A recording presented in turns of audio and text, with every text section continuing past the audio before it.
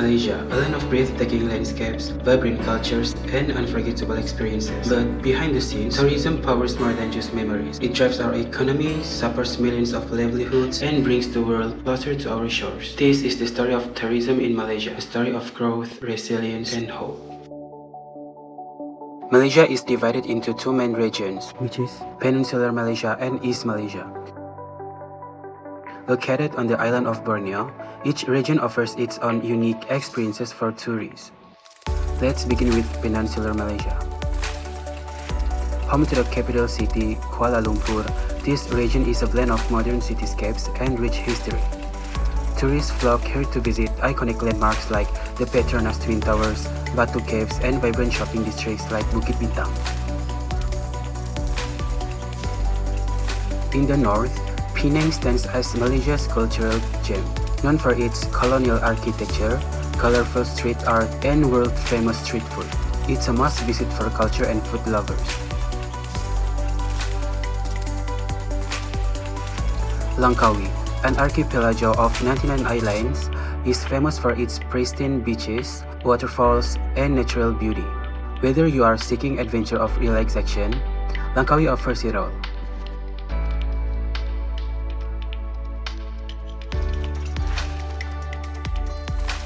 The east coast of Peninsular Malaysia, including states like Terengganu and Kelantan, provides a glimpse into traditional Malay culture.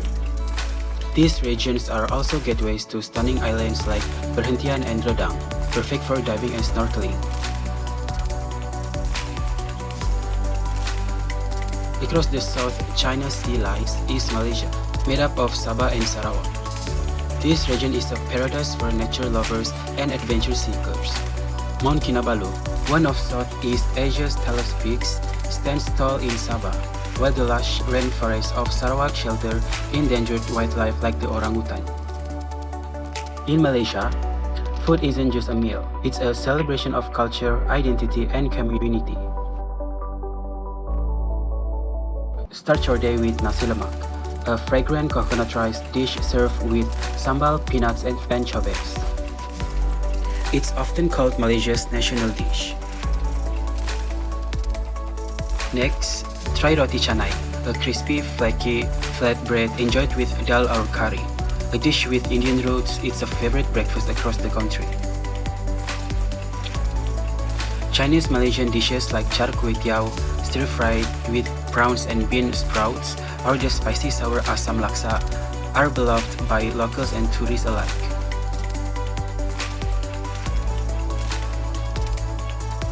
Malaysia's night markets, or pasar malam, are the heart of its food culture. Here, the air is filled with the aroma of grilled meats, spices, and sweet desserts like kuih and cendol.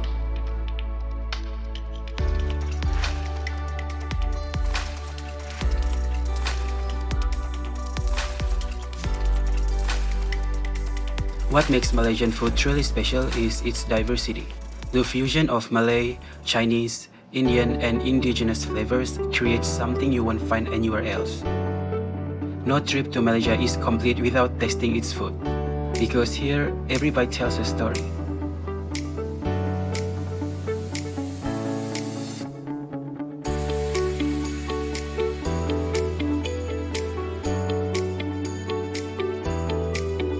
Tourism contributes between 6 to 15% of Malaysia's gross domestic product. It fuels growth across sectors, from hospitality and transport to food, culture, and local craft. More than 3.5 million Malaysians earn a living from this industry, and it doesn't stop there. Tourism enhances our global image, boosts local entrepreneurship, and connects people, from the heart of Kuala Lumpur to the villages of Sabah.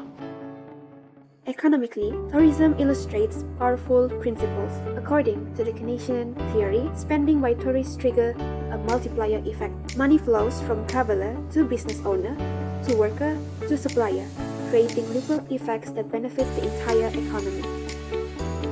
Malaysia also thrives through comparative advantage, with our unique cultural festivals, natural wonders, and warm hospitality. And through the trickle-down effect, benefits reach farmers, artists, and rural communities, making tourism a tool for inclusive development.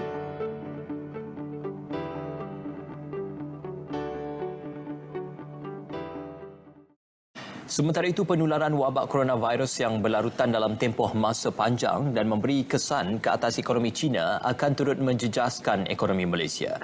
Gelombang ketiga penularan jangkitan COVID-19 terus melonjak kepada 563 kes. Yet, the industry isn't without its challenges. Tourism is sensitive to global economic conditions, exchange rates, oil prices, and health crises like the COVID-19 pandemic. Visitor numbers drop, businesses close, jobs were lost. I would say first thing is scared and then confused. So my boss in Singapore asked me to return to Malaysia immediately and just work from home. It's been tough 2 years, to say the least, for Malaysia's tourism industry. The COVID-19 pandemic and protracted lockdowns have brought the industry to its knees. The country lost $9 billion of its annual earnings last year and gave up 83% of its 2019 visitors total. But from this crisis emerged a new strength. Iaitu pertama, memperkasakan rakyat, empower people. Keduanya ialah melonjakkan perniagaan, propel businesses.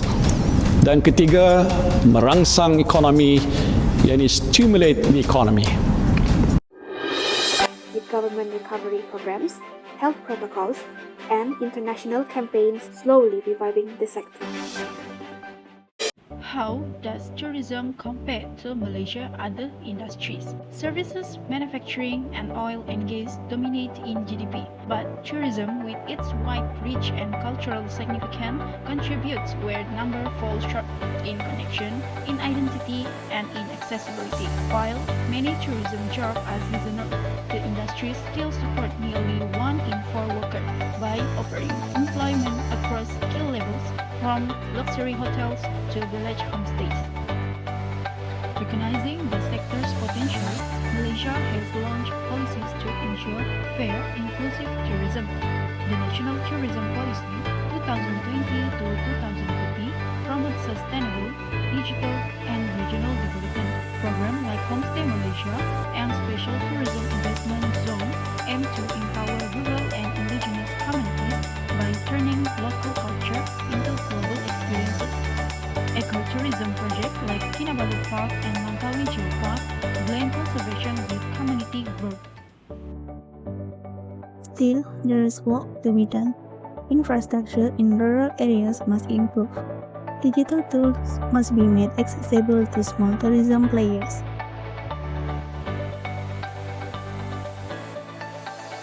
Indigenous tourism must be embraced and celebrated.